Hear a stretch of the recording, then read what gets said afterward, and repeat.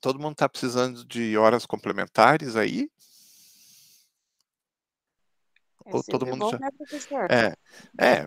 vai que já está todo mundo com a carga completa. Professor, tem meu contato da IN, representante quinto e sexto período. Ter eu tenho, só que eu tenho mandado mensagem para você e não está indo. Acho que você trocou de telefone e eu não tenho esse contato novo. Trocou? No Whats. Ué, e você não tem recebido nada meu também.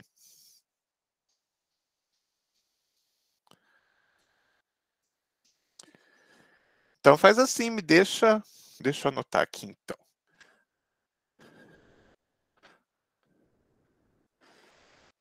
Ixi, peraí. 043-999-69. 99969. Eu lembro que era um 43 mesmo, não estranho.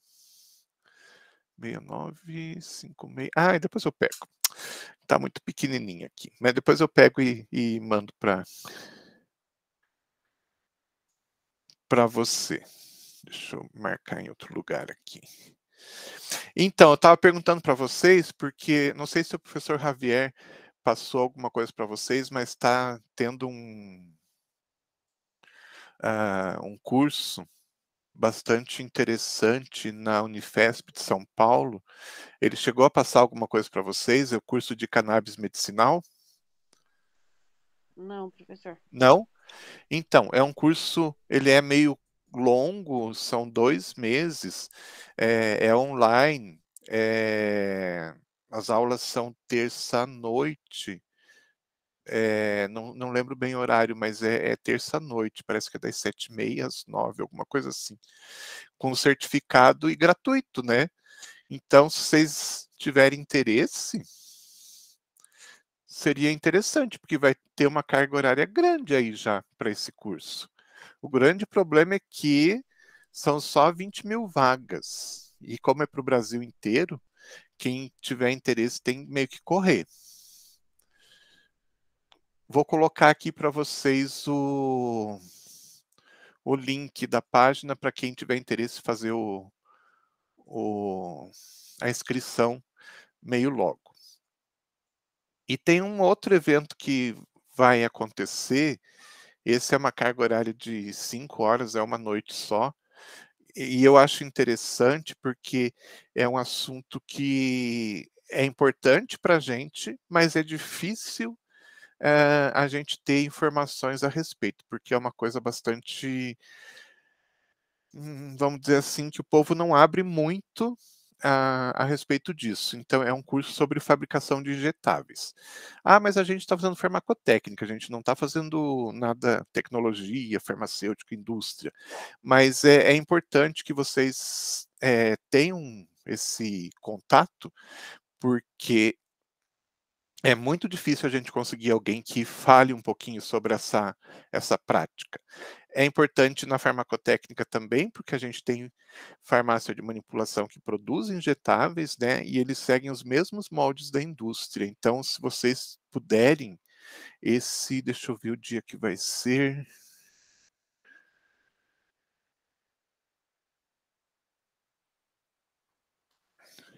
22 de agosto agora.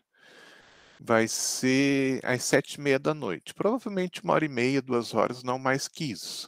E ele dá uma carga horária de 5 horas como certificado. E é gratuito também. Então, se vocês puderem participar, seria interessante, porque daí vocês vão entender um pouquinho de alguma coisa assim que provavelmente vocês não vão ver dentro de um estágio de farmácia de manipulação, porque, por exemplo, aqui em Curitiba são só 2 farmácias de manipulação que fazem injetáveis. Por quê? Porque precisa de sala asséptica, precisa de equipamento, precisa de um monte de coisas que a vigilância exige. Então, para você ter esse equipamento, você manter essa sala séptica, você manter funcionário treinado só para fazer isso, ele não pode fazer mais nada, sai muito caro para a farmácia e às vezes a demanda de injetáveis não compensa, né? Não adianta você ter tudo isso, fazer um investimento super grande para você fazer um injetável por semana, né? Então, a gente tem aqui em Curitiba só 2 que fazem isso, e eles geralmente, quando eles dão estágio, eles não abrem essa parte, porque o estagiário teria que ter um treinamento prévio, depois só poderia ficar lá, então, geralmente, os alunos não vêm. Então, seria uma oportunidade de ver alguma coisa sobre fabricação de injetáveis na indústria e que dá para se voltar, né, para a farmácia de manipulação, que é bastante parecido. Na verdade, é igual, só numa escala menor, né? Enquanto numa farmácia de manipulação a gente tem aí o processo todo em uma sala razoavelmente pequena, numa indústria é um galpão inteiro, um barracão inteiro. Coloquei aí, então, esse curso também aqui nas mensagens para quem tiver interesse. Beleza? Muito bem. Vamos para a aula agora.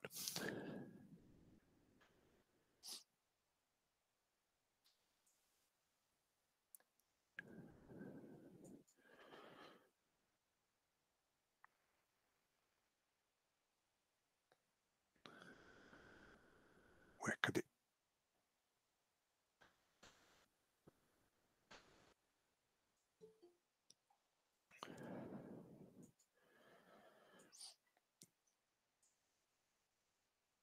Tá aparecendo para vocês?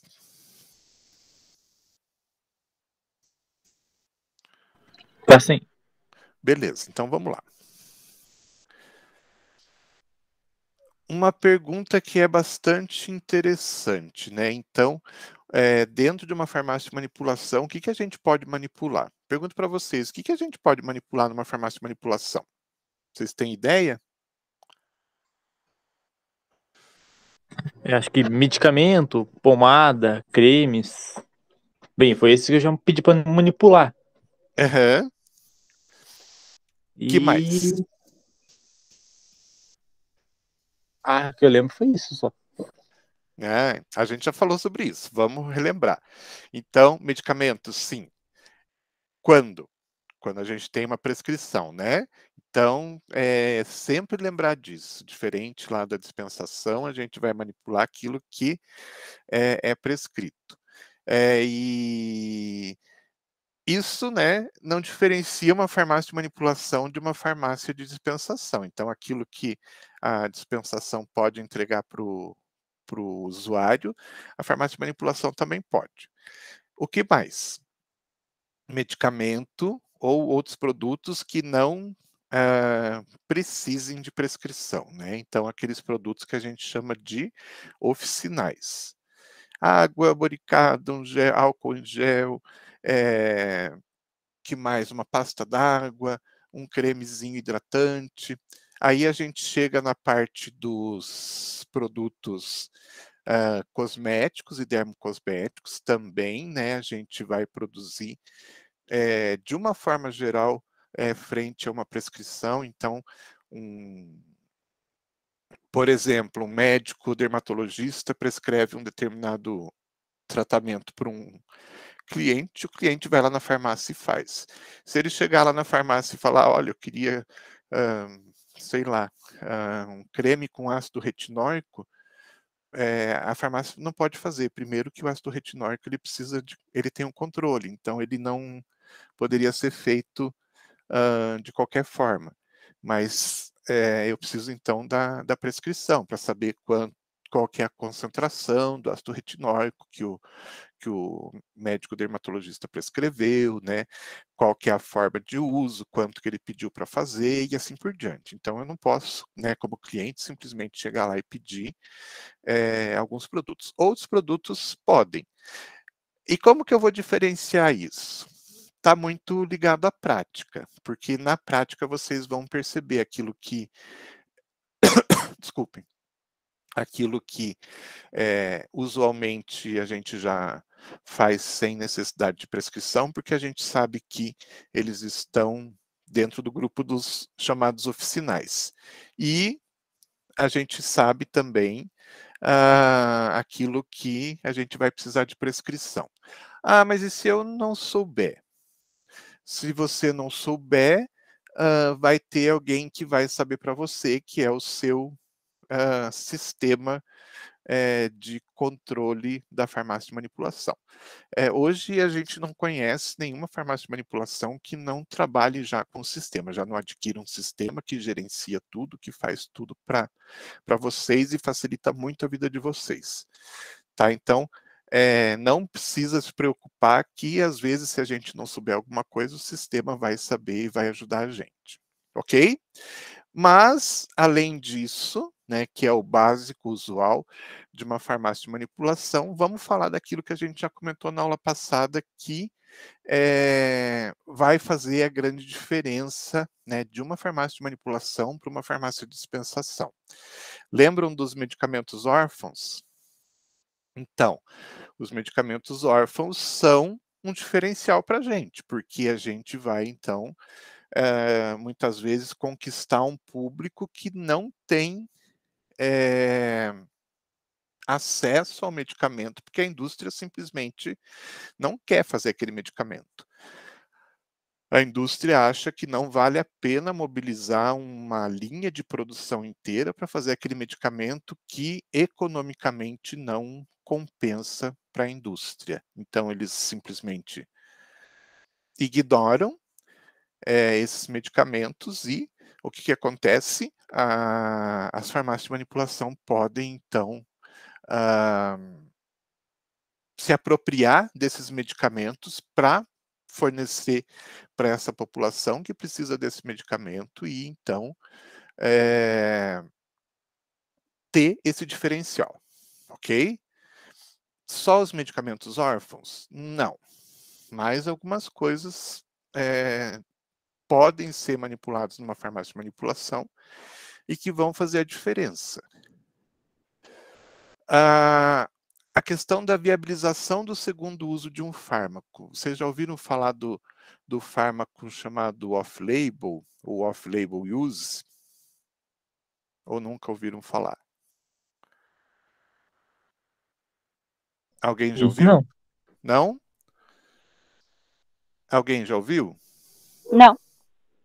Não? Então, assim, medicamento que a gente chama de off-label é um medicamento que ele é lançado no mercado para uma determinada patologia. E com o passar do tempo, pesquisadores, médicos, né, vão percebendo que aquele produto ele pode ter um outro significado, ele pode ter uma outra utilização para outro tipo de doença. E a gente chama, então, esses medicamentos de off-label. E eu já vou explicar para vocês. Eu vou dar 2 exemplos aqui, 3, que tem um que é bem conhecido também, que vai fazer com que vocês entendam um pouquinho melhor. Por No exemplo, caso, o Viagra seria um off-label, professor? seria inclusive a minha meu terceiro exemplo. Sim. Perdão. Não, tranquilo. Que bom que você já falou, ou seja, você já percebeu qual que é a questão da coisa. Mas vamos lá. Então, vou pegar, por exemplo, a sertralina. Ela foi lançada no mercado como um medicamento para tratamento de depressão. Só que, né, as pessoas começaram a utilizar para depressão e os médicos e as pessoas, obviamente, começaram a perceber que esse medicamento estava trazendo um outro tipo de benefício. Então, as pessoas que estavam utilizando a sertralina para depressão começaram a perceber que elas estavam emagrecendo. E outras pessoas começaram a perceber que o problema de ejaculação precoce que elas tinham estava se resolvendo. Então, começou-se a fazer um estudo em cima disso para ver se realmente a sertralina poderia ser utilizada para obesidade e para ejaculação precoce. E percebeu-se que sim. Então, o que aconteceu? Inicialmente, ela foi lançada no mercado para depressão. E lá na bula dela, né, a indicação dela estava tratamento de depressão. E mesmo não sendo indicada ainda para obesidade nem para ejaculação precoce, como se estava percebendo e foi feito várias pesquisas tal, que ela era útil para tratamento de obesidade e de ejaculação precoce também, os médicos começaram a indicar para esses casos. Ou seja, o medicamento foi lançado no mercado, né, com uma finalidade, e aquilo estava descrito na bula, e mesmo não estando descrito na bula, começaram a utilizar para outra função, para tratamento de outras patologias. Então, assim, enquanto esse medicamento, a sertralina, estava ainda no mercado, com a bula indicando só para depressão, e as pessoas estavam utilizando para obesidade e ejaculação precoce, a gente dizia que estava sendo feito um uso off-label, ou seja, um uso fora da descrição, fora da bula, tá? Com o passar do tempo, né, com a comprovação de que realmente tinha essa utilização, a bula foi mudada. A partir do momento que a bula foi mudada e na bula agora está colocado que ele pode ser utilizado para tratamento de obesidade e de ejaculação precoce, ele já não é mais uso off-label, porque agora está sendo usado conforme está descrito na bula. Mas durante o tempo em que ele estava sendo utilizado e na bula ainda não dizia nada, a gente chamava esse medicamento de uso off-label. Então, porque estava sendo usado para um tratamento que não estava descrito na bula. Fica fácil de entender? Alguém não entendeu? É o caso da finasterida também. Finasterida, então, começou -se a utilizar para tratamento de hiperplasia prostática. Então, os homens que tinham esse problema, os médicos acabavam prescrevendo e lá na bula estava escrito que tratamento de hiperplasia prostática. Ponto, só isso. A utilização desse medicamento fez com que alguns homens que tinham problemas de pouco cabelo ou queda muito acentuada de cabelo, percebessem que o cabelo começou a crescer, começou a surgir. E fizeram essa ligação, então, do uso da finasterida. E os médicos aí começaram a fazer a indicação para isso. Ou seja, medicamento lá na bula, né, estava escrito utilização para hiperplasia prostática. Porém, começaram a perceber que crescia cabelo e os médicos então começaram a indicar para crescimento de cabelo. Enquanto não estava isso colocado na bula, né, então era utilizado, né, fora do que estava descrito na bula. Então, forma off-label de uso. A partir do momento que, né, foi comprovado e tudo mais, isso passou para indicação na bula, ele deixa de ser chamado de off-label, porque ele já está sendo utilizado, então, pela indicação contida na bula. Tranquilo? Então, professor, Mesma isso é coisa. considerado off-label se não tivesse escrito o segundo tratamento na bula? Isso. A partir do momento que colocam na bula, mudam a bula e colocam o tratamento, esse outro tratamento também, daí ele passa a ser um uso normal. Ah, entendi. Tá? Obrigado. E o terceiro exemplo, então, é o Viagra, que também ele começou a ser utilizado para tratamentos cardíacos e começou-se a perceber, né, que ele trazia um efeito secundário benéfico e dessa forma começaram a utilizar o Viagra para essa segunda utilização. Então, para disfunção erétil e deixaram de lado o tratamento cardíaco. Então, mesma coisa, enquanto não foi colocado essa segunda função de disfunção erétil na bula do Viagra, era uma utilização off-label. Então, as pessoas estavam tomando, sabendo que não estava indicado para esse caso na bula, mas, como estava dando resultado, os médicos estavam prescrevendo. Hoje já a utilização basicamente é para disfunção erétil, são poucos os casos que se utiliza para outras finalidades. Então, também já não é mais off-label. Mas pode acontecer de a gente ter lançamentos aí no mercado que, com, às vezes, produtos inovadores que, com o passar do tempo, os prescritores começam a prescrever para outras doenças que não estão descritas. Então, a gente vai considerar aqueles produtos off-label, até o momento que mudem a bula e ele deixe de ser off-label. E aqui a gente tem um nicho de mercado bastante grande também, porque muitas vezes o que acontece?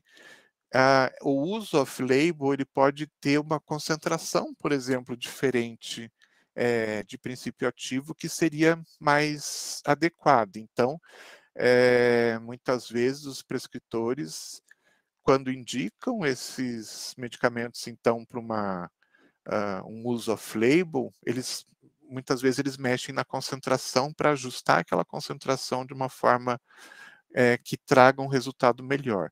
E daí, né, a farmácia de manipulação aparece aqui para produzir esse medicamento naquela concentração, ao invés de se utilizar a concentração do medicamento industrializado.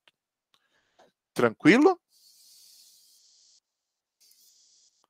Que mais que a gente tem aqui? Até coloquei uma foto de um injetável, mas não necessariamente injetável, porque a gente, nas farmácias de manipulação, quase não trabalha com injetáveis, né?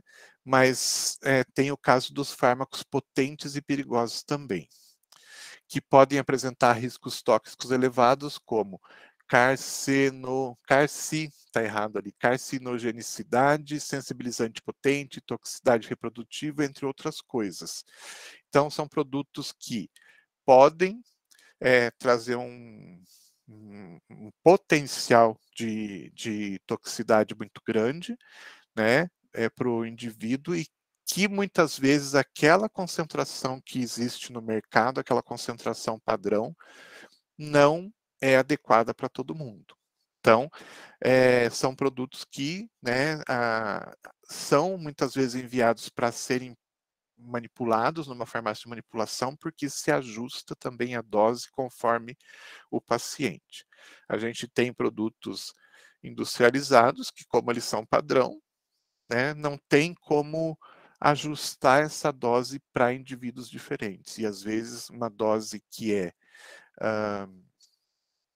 terapêutica para um indivíduo, né, ela passa a ser tóxica para outro. Então, esse tipo de fármaco, ele preferencialmente ele deve ser manipulado para que se ajuste a dose conforme o paciente, para evitar que ele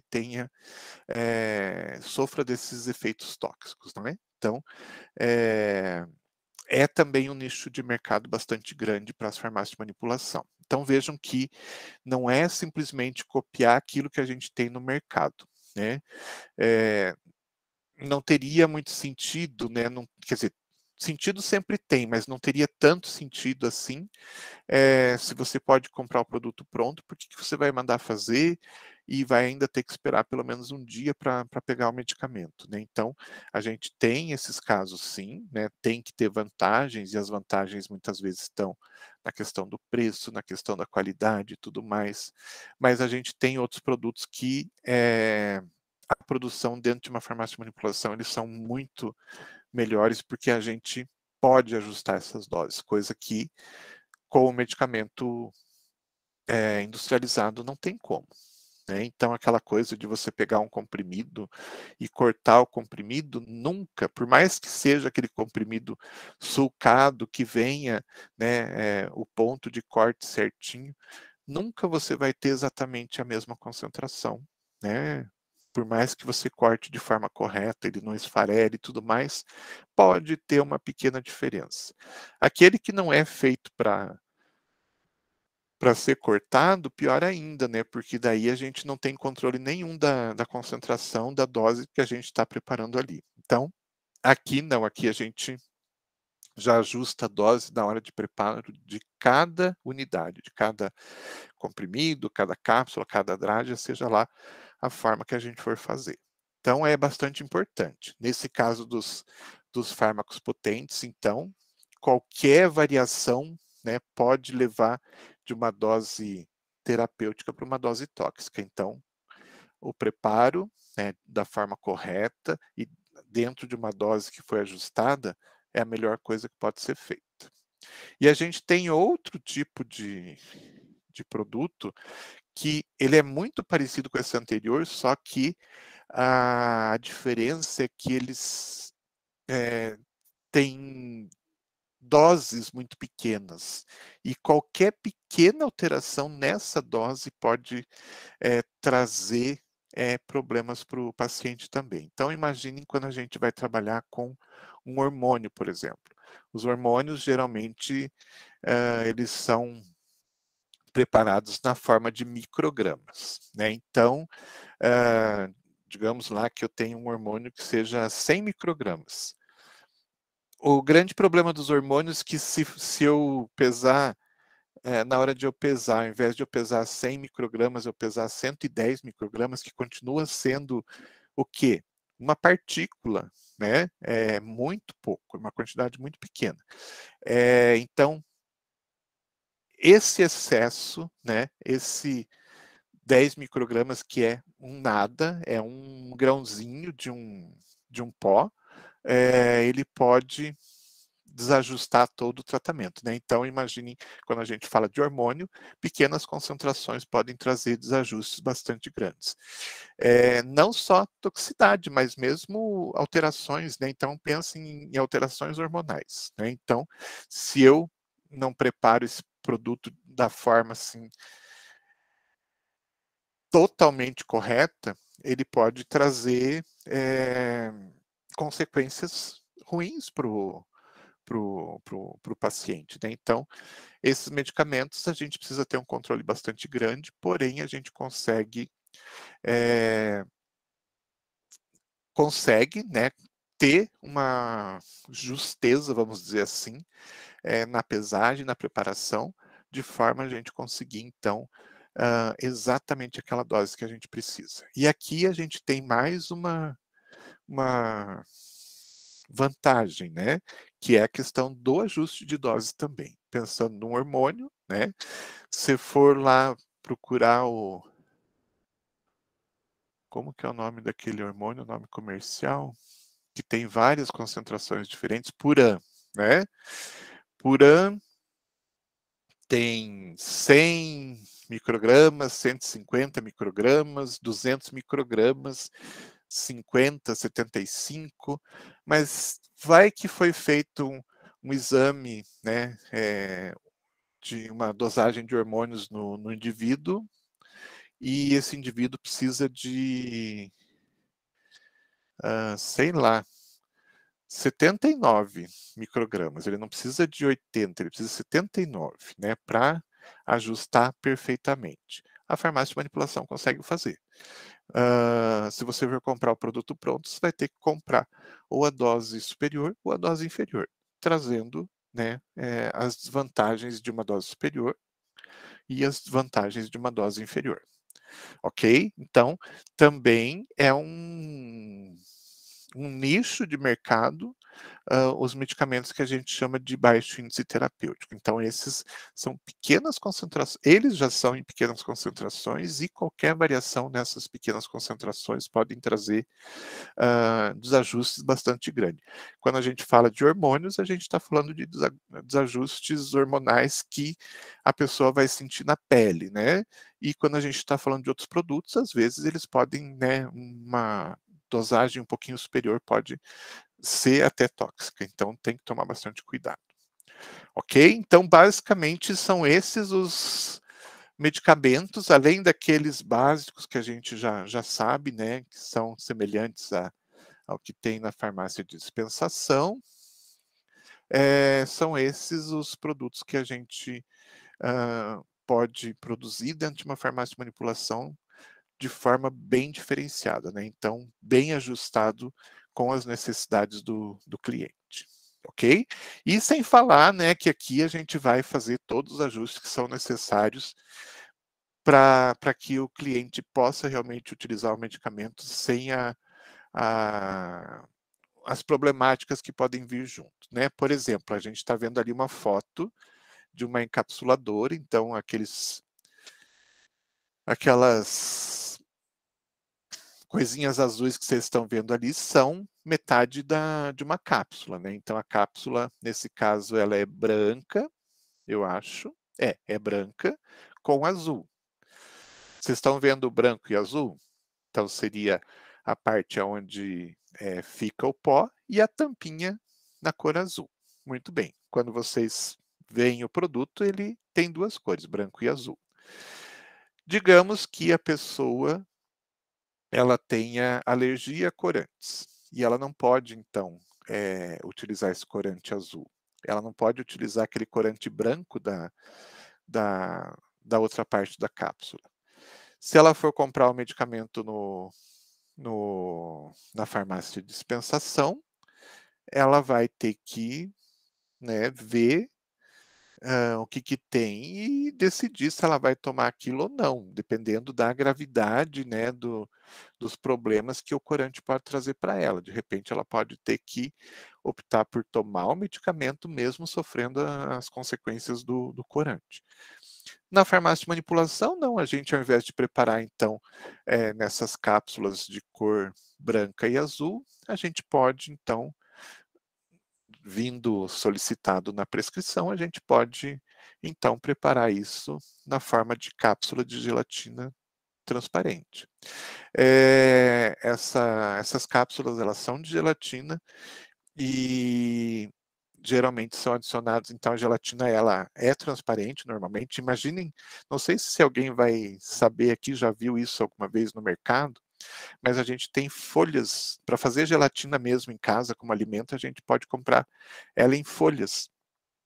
E elas são então umas folhas como se fosse um plástico assim, meio transparente, meio amarelada, e as cápsulas de gelatina transparente são exatamente iguais, né, no formato de cápsula, mas com aquele mesmo aspecto, transparente, uma cor levemente amarelada, mas não é um corante, é a cor normal da gelatina. E dessa forma, a gente pode preparar esse medicamento, então, com essa cápsula, né? Produto totalmente sem nenhum aditivo ali na cápsula, porque vai ter nessa cápsula branca e azul, vai ter o corante, né? E vai ter algum aditivo para tirar a transparência. Então, alguma substância na hora do preparo dessas cápsulas foi colocada ali para deixar o produto opaco. E dessa forma, então, pelo menos 2 aditivos a gente tem aí que podem, de repente, trazer algum problema para alguns pacientes. Então, a gente pode resolver isso simplesmente usando cápsula transparente.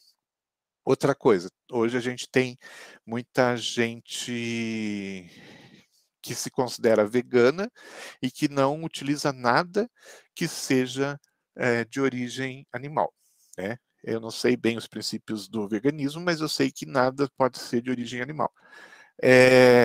A gelatina, alguém sabe qual que é a procedência dela?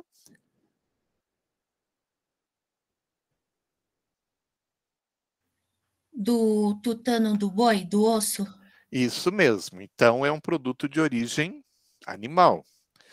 Não sei se alguém aqui mora em Campo Largo, mas antigamente a gente tinha uma fábrica de farinha de osso, alguma coisa assim, ali onde hoje é a fábrica da Charlotte, que a gente passava ali e eles estavam fazendo essa produção, e o cheiro era um cheiro insuportável.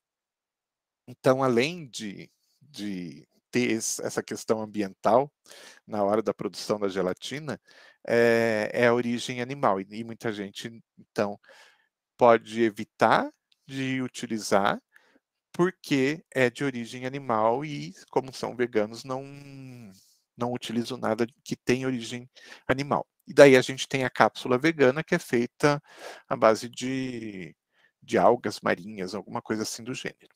Ok? Então a gente consegue resolver vários problemas que a indústria não vai se importar em resolver para você. Tá certo? Muito bem. Vamos em frente. Aos pouquinhos a gente tem que ir conhecendo novos termos, novas palavras que são utilizadas no dia a dia da farmácia de manipulação. Então aqui hoje eu vou falar de alguns termos que são utilizados normalmente na farmácia, e daí assim, pode ser que no começo seja um pouquinho difícil para vocês entenderem, mas com o passar do tempo vocês vão se acostumando com esses termos, porque vocês vão ver bastante, e isso vai fazer com que fique mais fácil de entender cada um dos termos. Então vamos lá, o primeiro deles é um termo que provavelmente vocês já viram em algum lugar, que é o QSP. Vocês já viram isso em algum lugar?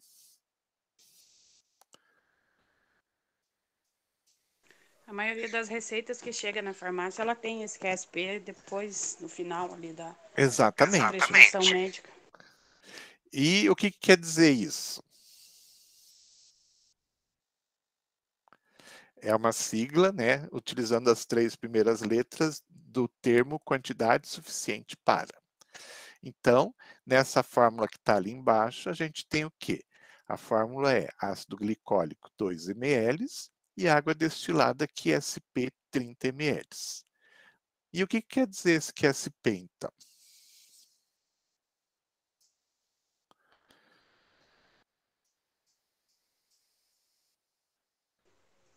Pelo slide ali do professor, é a quantidade suficiente para o tratamento? Para 20 dias, para 30 não dias, bem não? isso.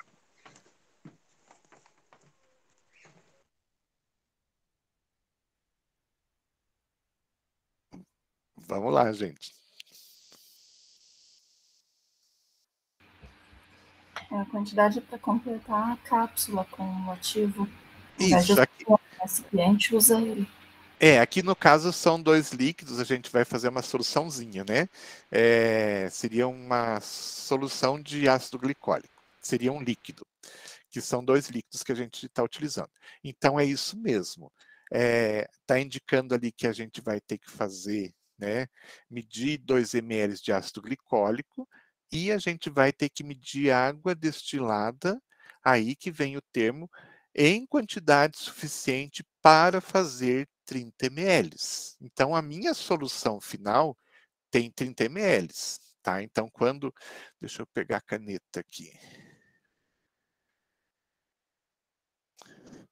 Quando a gente vê essa formulação, sempre o último item, que no caso é esse aqui, né, nos indica quanto que a gente vai precisar fazer.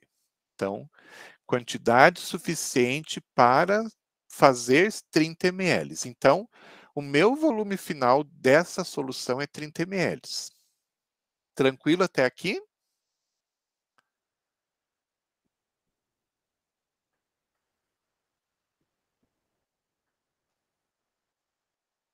Tranquilo, professor. Muito bem. Então, assim, vou tentar desenhar aqui, eu sou péssimo para desenhar a mão livre, com o mouse, então é pior ainda, mas só para vocês terem uma noção. Então, eu vou preparar isso aqui dentro de um instrumento chamado cálice, que eu não sei se vocês vão conseguir reconhecer aqui.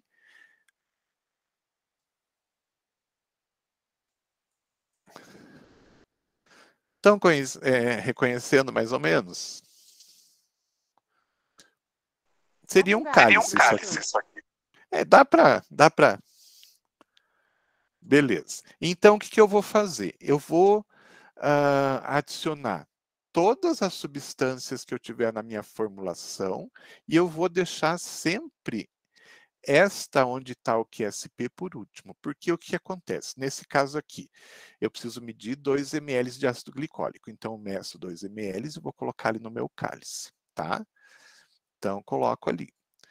E os meus 30 ml estão aqui, ó. Digamos que a medição deles seja aqui. Vou deixar aqui assim. Então, o que acontece? Medi o ácido glicólico e a indicação é que eu tenho, então, que preparar 30 ml. Então, o que eu faço? Quantidade suficiente para fazer 30 ml. Se eu já coloquei mais 2 ml, quanto que falta para eu completar os 30 ml? 28 ml, professor. 28 ml. Então, eu posso fazer de duas formas. Ou eu meço 28 ml e jogo aqui nesse cálice, ou simplesmente eu vou pegando a água e vou adicionando ali até chegar no nível de 30 ml. Eu sei que eu coloquei 28 porque eu já tinha 2 ml ali dentro. Fica claro isso? Sim. Deixa eu ver, alguém escreveu alguma coisa lá nas mensagens. Deixa eu ver o que é.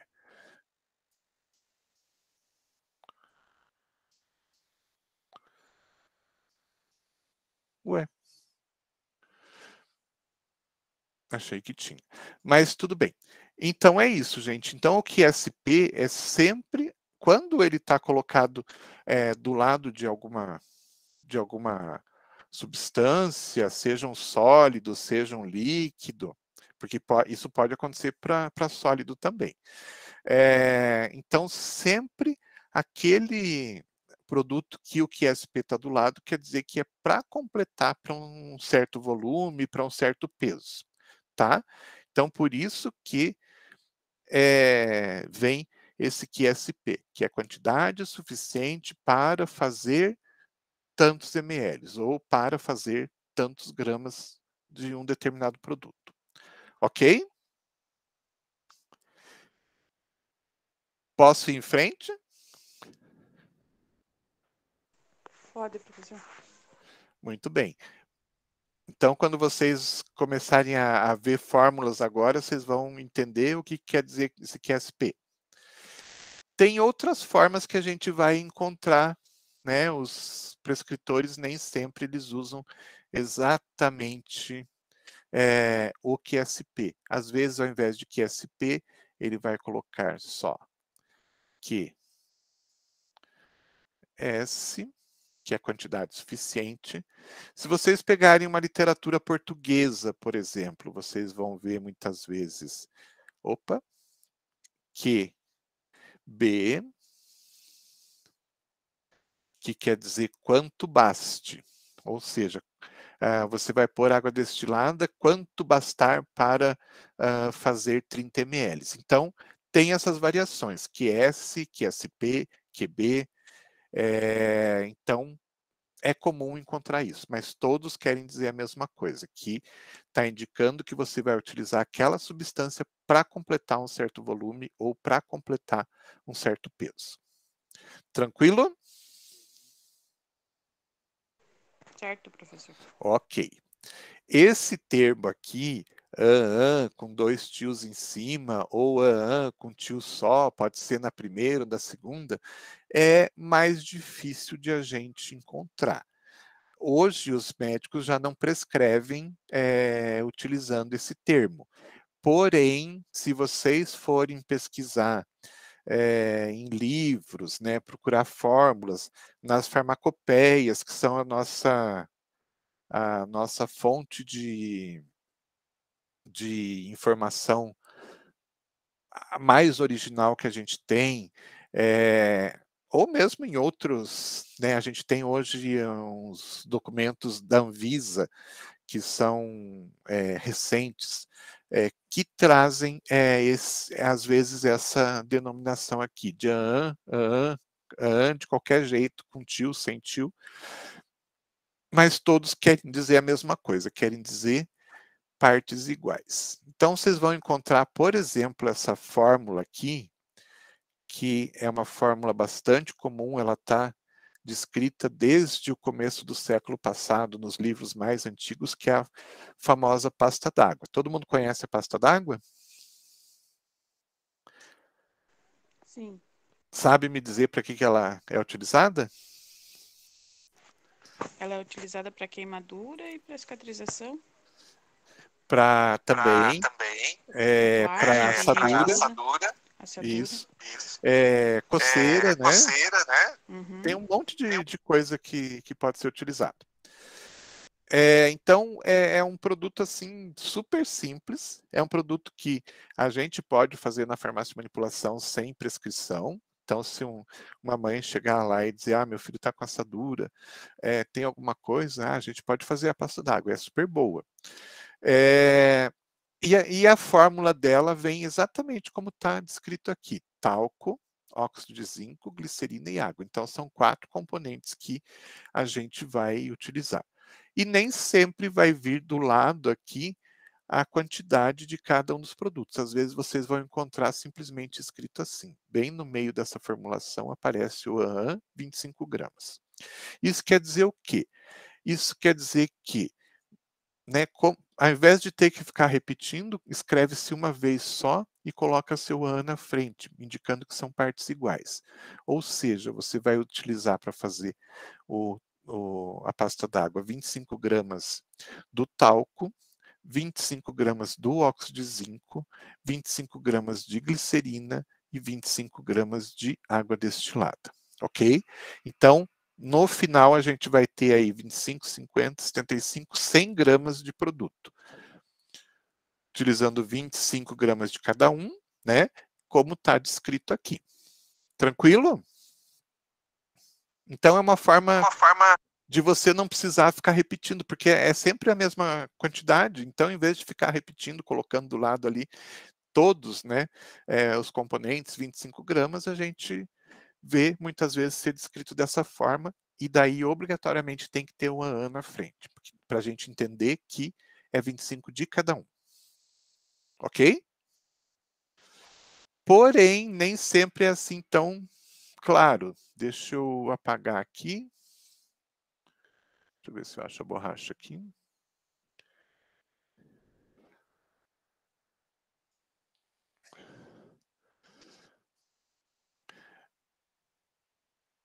Eu não vou escrever a fórmula inteira.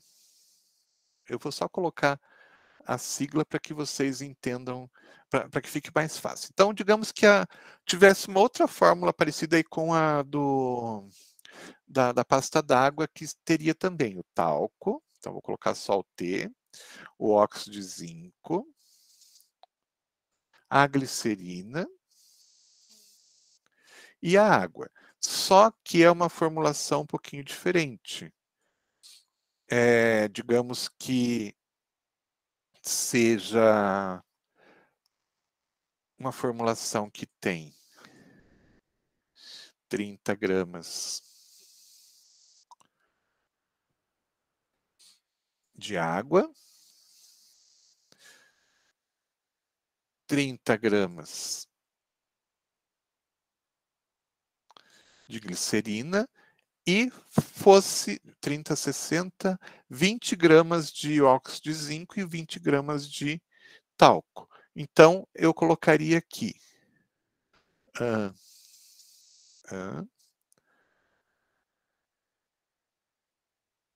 20 gramas. Isso só para ficar um pouquinho mais claro, tá? Então, isso quer dizer o quê? Esses 2 produtos que estão sem a indicação aqui do lado, então teriam 20 gramas cada um. Ficou claro isso? Nesse caso aqui, Ficou. eu poderia fazer a mesma coisa aqui, ó.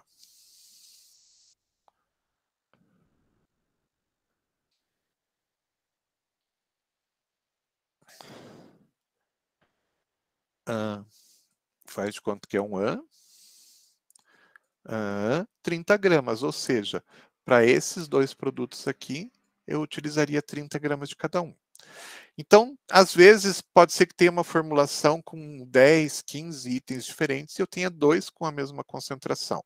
Então, esses 2 eu vou colocar ali no meio, mais ou menos, dos 2, tantos gramas, indicando que são os 2 somente. Os outros daí tem que ter a descrição de cada um dos componentes, a quantidade de cada um deles. Tranquilo? Esse é um termo que vocês vão se deparar, mas não é uma coisa assim de ver toda hora.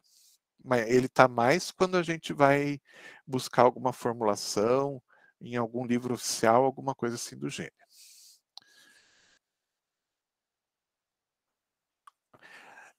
FSA. Isso aqui, às vezes, vocês vão encontrar acontece muitas vezes numa prescrição de um médico mais antigo, que já tem algum tempo de trabalho, né? Que ele, então, quando ele faz a prescrição, ele vai lá colocar para Dona Maria, coloca a formulação que ele quer, indica qual que é a quantidade, tudo certinho, e daí depois, no final, ele escreve FSA. O que é esse FSA? Então, de repente, a primeira vez que eu me deparei com isso, que eu não sabia, eu fiquei pensando, meu Deus, o que é esse FSA? Será que é alguma substância que eu não conheço, que é para colocar? Será que é algum tipo de embalagem, não sei o quê? Então, até eu descobrir, eu fiquei me batendo bastante, mas isso também há 40 anos atrás, né? Hoje todo mundo já conhece melhor. Mas estava lá FSA e eu fiquei pensando, o que é isso, né? Depois eu fui descobrir que é uma forma educada, né, do médico.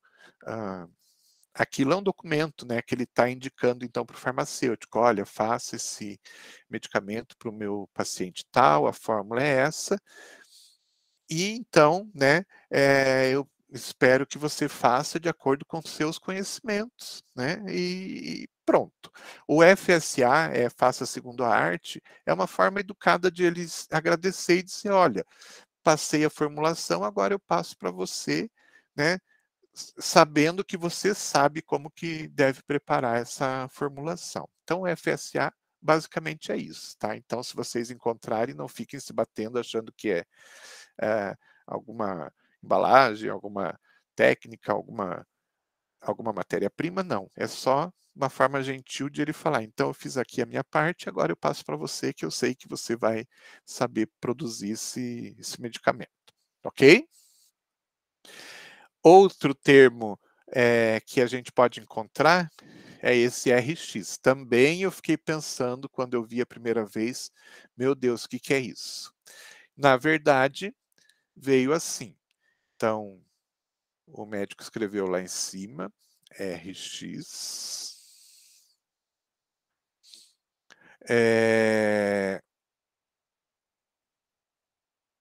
Não, primeiro ele colocou, primeiro assim, Maria, né, para Dona Maria.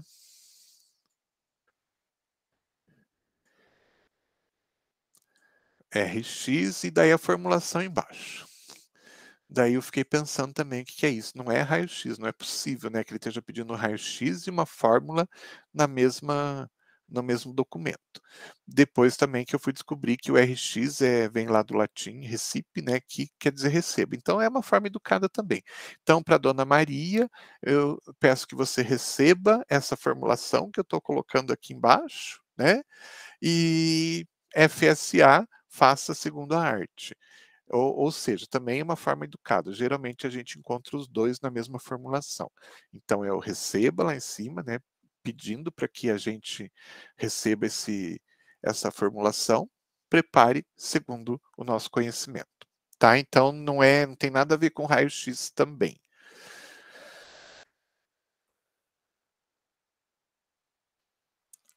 Alguns conceitos também que são importantes, né, que vocês entendam. O que é manipulação? A gente ouve tanto falar de manipulação, farmácia de manipulação. O que é a manipulação? Então, segundo uma legislação que a gente tem, que é a que rege as farmácias de manipulação, que é de 2007, que provavelmente logo ela vai ser atualizada, dentro dessa legislação, ela diz que manipulação, então, é o conjunto de operações farmacotécnicas com a finalidade de elaborar preparações magistrais ou oficinais. Ou seja, é todo o processo que a gente tem, desde a transformação das matérias-primas em forma farmacêutica. Ou seja, por exemplo, eu vou fazer um creme, todo o processo que eu vou utilizar, né, desde a pesagem das matérias-primas até que o meu creme esteja pronto. Então, ali primeiro eu vou ter que pesar a matéria-prima, eu vou ter que aquecer matéria-prima, então aquecimento é outra operação, eu vou ter que agitar aquela preparação que está aquecida, e finalmente eu vou ter o creme. Então eu tenho aí pelo menos 3 operações diferentes. e o conjunto dessas operações que a gente chama de manipulação, tá? Preparações. Procedimento farmacotécnico para obtenção do produto manipulado, compreendendo a avaliação farmacêutica da prescrição, a manipulação ou fracionamento, invase, a rotulagem e a conservação das preparações. Então, aqui a gente tem uma definição de um processo um pouco maior. A gente falou do processo antigo, né, que seriam as técnicas que a gente vai fazer para transformar o nosso produto em medicamento ou em cosmético, seja lá o que for. Quando a gente fala em preparação, são processos que começam antes e vão até depois. Eu falei do creme, né? Então, pesar a matéria-prima. Alguém vai falar? Pesar a matéria-prima, aquecer, agitar para preparar o creme. Aqui, quando a gente fala de preparação, a gente tem que ir um pouquinho antes. Então, as preparações, a gente fala dos procedimentos que vêm antes disso, né? Pegar a prescrição, avaliar a prescrição, ver se está tudo certo, ver se dá para fazer, né? Depois, fazer o processo de manipulação em si. Depois que o creme está pronto, processo de invase, processo de rotulagem e o processo de armazenamento do produto para entrega do cliente, né, dentro das condições adequadas. Então, quando a gente fala de preparação, a gente está falando desde o começo até o final. Quando a gente está falando de manipulação, a gente está falando só dos processos para preparo do produto. Quando a gente fala de preparações magistrais, então, aí a gente volta naquilo que a gente falou anteriormente, né? Então, as fórmulas que são preparadas com uma prescrição. Então, a gente precisa da prescrição para fazer essa preparação. Lembrando, então, que tem que ser uma prescrição de um profissional que seja habilitado a prescrever. Então, o médico pode prescrever, o dentista pode prescrever dentro da sua área de atuação. O nutricionista pode prescrever, o veterinário pode prescrever, o pessoal da estética pode prescrever alguma coisa e nós, farmacêuticos, também podemos prescrever. Então, dessa forma, né, as preparações magistrais são aquelas preparações que a gente precisa dessa prescrição. Às vezes a gente encontra prescrição de enfermeiro. Enfermeiro não pode prescrever, tá, gente? E as oficinais são aquelas que a gente não precisa de prescrição nenhuma para a gente fazer. E como que a gente sabe que a gente não vai precisar? Geralmente essas preparações, então, essas fórmulas, elas estão dentro de formulários nacionais e internacionais que são reconhecidos pela Anvisa e que, então, a Anvisa permite que a gente consulte e possa copiar aquelas fórmulas que estão ali dentro. Os nossos livros base são as chamadas farmacopeia.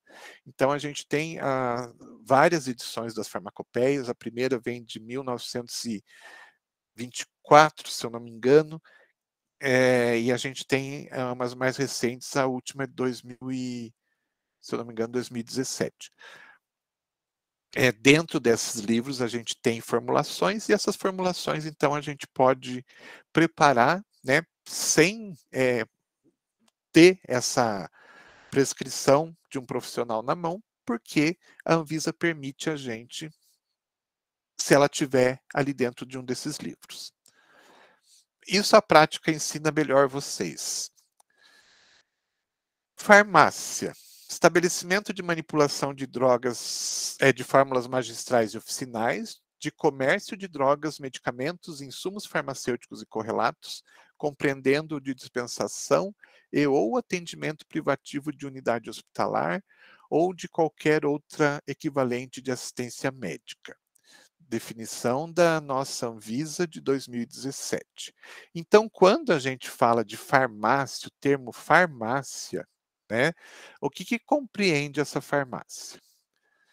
É um termo bastante amplo, que compreende, então, que quando a gente fala em farmácia, a gente pode falar de um estabelecimento que vende produto industrializado, né?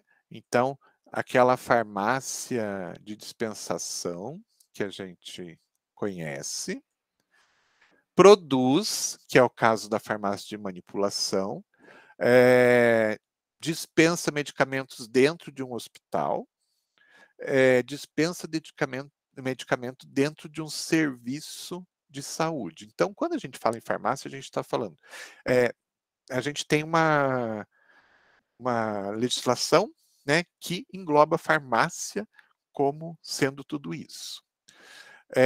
Então, eu posso chamar de farmácia aquela que vende produto industrializado, aquela que manipula, aquela que está dentro de um hospital, aquela que está dentro de uma unidade de saúde. Quando a gente fala drogaria é o estabelecimento que só comercializa medicamentos industrializados. Então, é aí que vem a confusão. Então, farmácia de manipulação, todas a gente pode chamar de farmácia. Mas nem todo estabelecimento que vende medicamento industrializado a gente pode chamar de farmácia. Por quê? Porque dependendo do caso, ele pode ser considerado como farmácia ou como drogaria. E como que a gente diferencia isso? Se todos vendem só medicamento industrializado. Muito bem. Então, isso também está na legislação. Quando você vai registrar uma empresa, então, quando você está constituindo uma empresa, você tem a opção de escolher a denominação do seu estabelecimento. Quero que chame drogaria ou quero que chame farmácia? Muito bem. E qual que é a diferença prática nisso? Se eu, na hora de, então, criar uma empresa, eu chamar ela de drogaria, eu só vou poder vender medicamento industrializado. Não vou poder vender medicamento manipulado, tá? Agora, se eu registrar ela com o nome de farmácia, eu vou poder, então, ter ela como um estabelecimento de manipulação de medicamentos, eu vou poder ter ela como um estabelecimento de venda de medicamento industrializado, ou eu vou poder ter ela como uma farmácia de manipulação e dispensação ao mesmo tempo. Ficou claro isso? Não. Sim, professor. Então, assim, drogaria só me permite vender medicamento industrializado, tá?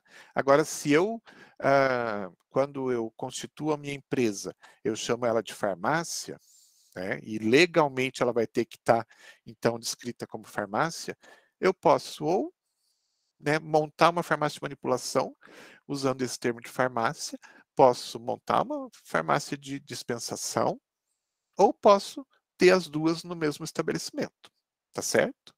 Então, assim, se eu pretendo montar um estabelecimento que eu jamais vou querer manipular medicamento, eu vou já chamar ela de drogaria. Agora, se de repente eu tenho interesse em começar a minha empresa dispensando medicamento industrializado, porém, eu tenho a intenção de lá na frente manipular medicamentos, né? Aumentar a minha empresa e manipular medicamentos, eu já registro ela como farmácia. Certo? Termo dispensação. É um termo que a gente utiliza no dia a dia, porém, é um termo que é mal utilizado, porque a definição de dispensação é ato de fornecimento ao consumidor de drogas, medicamentos, insumos farmacêuticos e correlatos, a título remunerado ou não, acompanhado de informações. Então, a dispensação, a gente já falou sobre isso no semestre passado, né? A gente tem que lembrar, então, que a dispensação tem que ter a entrega no medicamento pelo farmacêutico e com informações, com orientações. Caso contrário, é uma simples venda. Droga, substância ou matéria-prima que tem a finalidade medicamentosa ou sanitária. Então, é aquela substância isolada que, né, pode ter uma finalidade medicamentosa ou sanitária mesmo. Então, é uma substância isolada. Matéria-prima. Substância ativa ou inativa com especificação definida que se emprega na preparação dos medicamentos e demais produtos. Vou dar um exemplo bem simples aqui, o que é matéria-prima. Eu vou fazer um xarope de guaco. Então, para o xarope de guaco, eu vou utilizar água, açúcar e uma tintura de guaco. Muito bem. A gente chamaria de droga a tintura de guaco e de matéria-prima a gente chamaria a água, o açúcar e também a tintura de guaco. Então, matéria-prima é quando a gente está falando de todos os componentes de uma formulação, seja ela ativa ou inativa, mas que faz parte da formulação. E a gente chama de droga aquela substância que tem algum efeito ativo, né, terapêutico. Medicamento, então, é um produto farmacêutico tecnicamente obtido ou elaborado com finalidade profilática, curativa, paliativa ou para fins de diagnóstico. Então, o medicamento já é o produto final, né? Então, eu pegar as matérias-primas, né, preparar e transformar elas na forma farmacêutica final. Então, o medicamento é quando o produto está pronto, na forma farmacêutica que eu queria fazer, na forma de creme, na forma de xarope, na forma de comprimido, de cápsula e assim por diante. Correlato. Substância, produto, aparelho ou acessório não enquadrado nos conceitos anteriores, cujo uso ou aplicação está ligado à defesa e proteção da saúde individual, coletiva, higiene pessoal e de ambientes, ou a fins diagnósticos e analíticos, cosméticos e perfumes, e ainda produtos dietéticos, óticos de acústica médica, odontológicos e veterinários. Então, quando a gente fala de correlato, basicamente a gente está falando assim, qualquer coisa que possa ser vendido dentro de uma farmácia, dentro de uma drogaria, que não seja medicamento, a gente chama de correlato. Então, exceto os alimentos que tem algumas farmácias aí que são inclusive proibidos, né? Mas tudo aquilo como cosméticos, produtos para equipamentos, tipo aparelho de pressão, aparelho de termômetro, aparelho de glicemia, tudo isso, né? Produtos de higiene pessoal, tudo isso a gente considera como correlato. Especialidade farmacêutica. Aqui é um nome que às vezes a gente ouve, que é a indústria que criou esse nome para trazer um nome mais bonitinho para aquilo que eles produzem, né? Então, é produto oriundo da indústria farmacêutica, com registro na Anvisa e disponível no mercado, podendo ser um medicamento de referência, medicamento genérico e medicamento similar. Ou seja, o medicamento industrializado, a caixinha, né, com o produto dentro, eles chamam de especialidade farmacêutica. Forma farmacêutica é a forma, né, como a formulação acaba, né, depois do processo de produção, como que ela acaba sendo produzida para ser administrada. Então, a solução, comprimido, cápsula, creme, pomada, xarope, pirulito, bala, sorvete, etc. Tudo isso é uma forma farmacêutica. Formulação é a composição do medicamento. Então, a gente vai ter aí, geralmente numa formulação, o princípio ativo, né, que é a substância que tem atividade, também chamada de fármaco, ou ativo cosmético, quando a gente for trabalhar com cosmético, mais os recipientes e veículos e mais os coadjuvantes farmacotécnicos. Os recipientes e veículos e coadjuvantes farmacotécnicos a gente vai deixar para ver mais à frente, porque eles são um pouquinho complexos para que vocês entendam aqui numa explicação de 10 segundos. Então, só entendo que numa formulação a gente vai ter o princípio ativo e vai ter as outras substâncias que vão ajudar a fazer parte da composição daquele medicamento para que ele tome aquela forma que a gente precisa, tá? Mas a gente vai ver isso depois. O princípio ativo, então, é a substância que vai ter ação farmacológica. O recipiente ou veículo seria, digamos assim, aquela base que a gente vai utilizar para colocar o produto ali dentro, né, o princípio ativo ali dentro. Então, como eu comentei com vocês, né, é complexo, a gente vai ver isso mais à frente. Por exemplo, eu faço um xarope de guaco, como eu falei para vocês. Então, o meu recipiente, no caso, quando é líquido, a gente chama de veículo, quando é sólido, a gente chama de recipiente. Mas, então, no caso do xarope, o meu veículo seria aquela mistura de água e açúcar que eu preparei e transformei num xarope. Então, esse xarope que não tem nenhum princípio ativo, a gente chama de xarope base. Então, o meu recipiente, nesse caso, o meu veículo, desculpe, nesse caso, seria o xarope.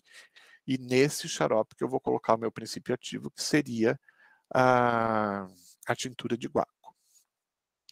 E os adjuvantes e coadjuvantes são outras substâncias que a gente coloca para trazer melhorias a esses produtos. Então, por exemplo, num xarope de guaco, eu posso, né, quero melhorar ele. O que eu posso fazer? Posso colocar um conservante? Posso colocar um conservante. Então, meu produto vai durar mais tempo. Posso colocar uma corzinha para ficar mais bonito? Posso. Então, vou colocar um corante ali. Ele já é doce, então não vou precisar colocar alguma substância para adoçar. Mas eu posso colocar um outro sabor para, de repente, ele ficar melhor do que aquele sabor só do guaco? Posso também. Então, posso colocar um flavorizante ali. E assim por diante. Então, são substâncias que ajudam a melhorar, né, aquela formulação que eu já fiz, contendo o veículo e o princípio ativo, ou os recipientes mais o princípio ativo. Ok?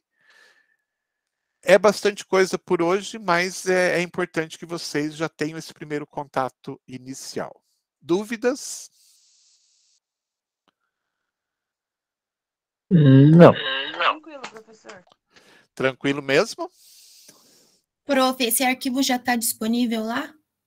Não, porque eu estou sem acesso ao AVA. Acho que você chegou depois que eu comentei, né? Eu vou ter que mandar pelas representantes, porque eu estou sem acesso ao AVA. Mas eu já vou passar hoje para as 2 aulas. Ok, obrigada. Tá? Até resolver essa situação, que eu não sei quando que vão resolver, eu vou passando para vocês por aqui, pelas representantes. Tá bom? Então é isso, gente. Por hoje é isso. Semana que vem a gente dá continuidade. Beleza então, professor. Bom final de semana para vocês. E até Igualmente. sexta que vem. Até. Obrigado. Tá, professor. Tchau.